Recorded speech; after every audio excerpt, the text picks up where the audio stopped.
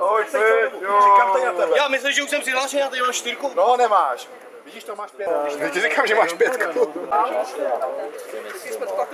Ale tady je lepší, takže na ně budeme čekat.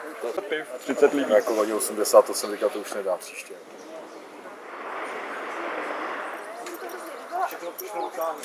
A pak vezmeš batýně. Jo, pomalu teda. Takhle. Můžou, dává.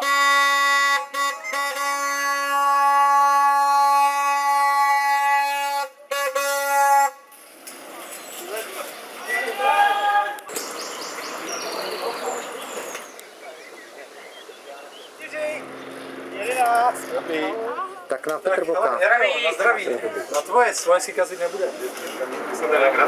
Dojeli jsme nahoru, na Zličín, průšvih. Tenkrát byla nějaká ta éra slintavka, kulhavka a takový. U Chrášťan prostě jsme museli přes nějaký to vápení, to autáků jezdilo tenkrát pár za hodinu. Tak se muselo přes nějaký vyvápněný takový korejtka, tak jsme přesto nás hnali tak. Kterým to bylo roce? 51 nebo 52.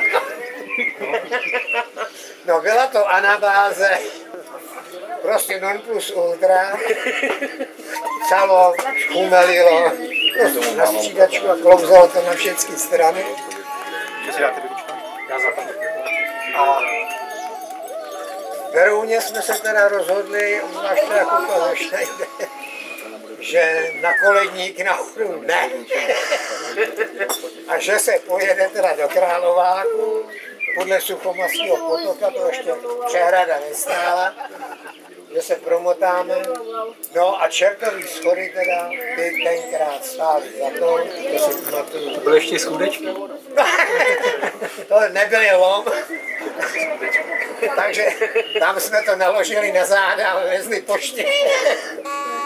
Po etáži.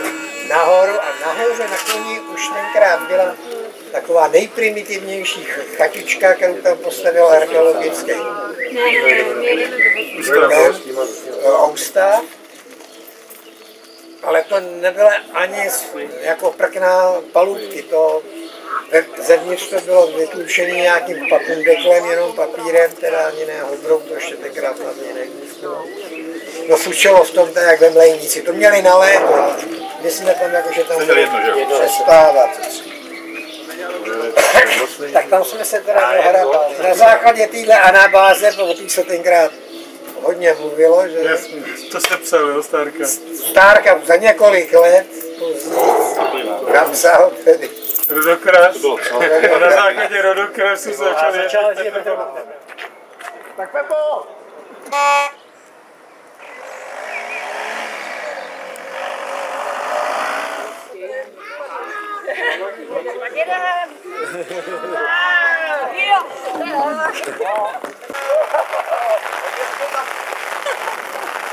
To objednali za počasí.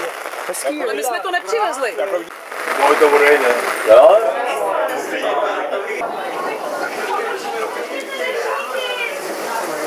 No, fakt, ale deštníky možná.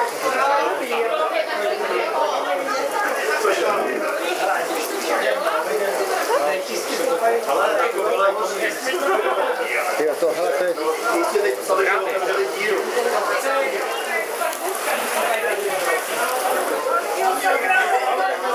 Tady jsou nějaký závodníci.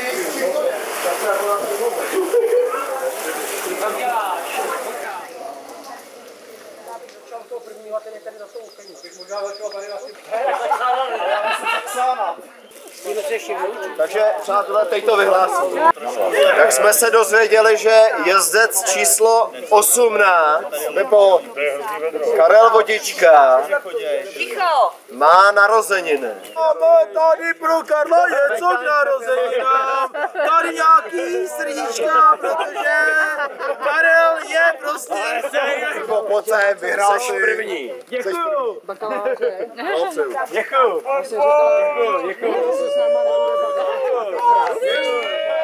Naproti tomu poslední místo vydává jezdec číslo 10, což je Dáša. Blahopřeju.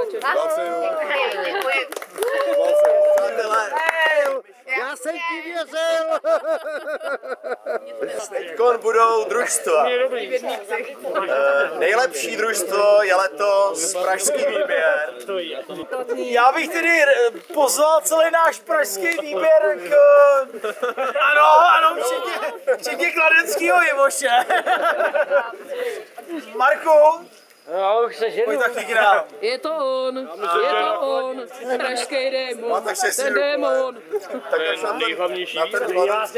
První místo ženy, Irča, to nečekané vítězství. Co, Saviňo? Makala. To vám předat. Až jsem se divil.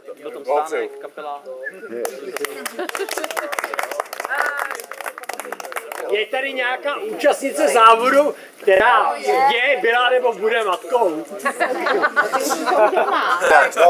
Mílo! Takže můj Mílo Má to aspoň plán.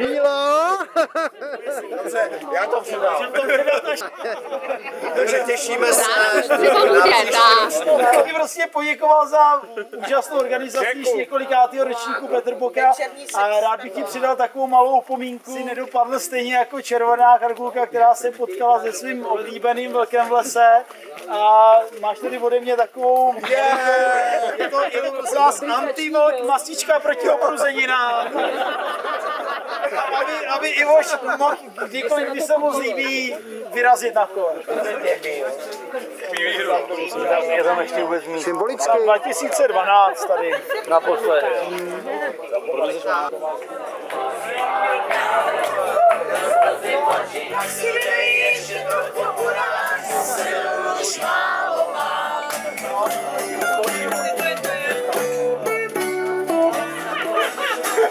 A se to na flex.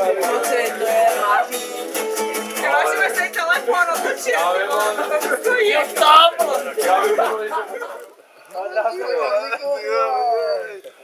Má chleba, ne? Teď je nervózní. To jo. Ta píše, ty jo. Píšu. To je. Tak hoď kamenem bude, jo? Doufám, že jo. Betonem. No tak snad si tam tu bundu může nechat. Jsi taky Je směrem. A nesmí přešlápnout. Tady je čára, tak. To je šláp.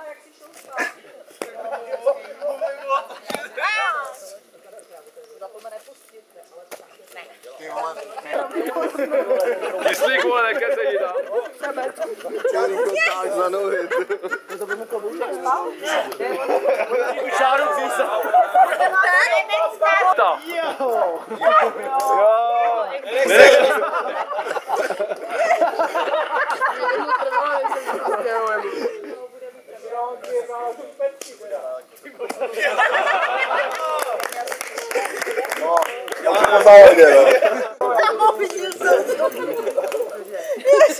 Nabízela jsem já trošku paštíkovi.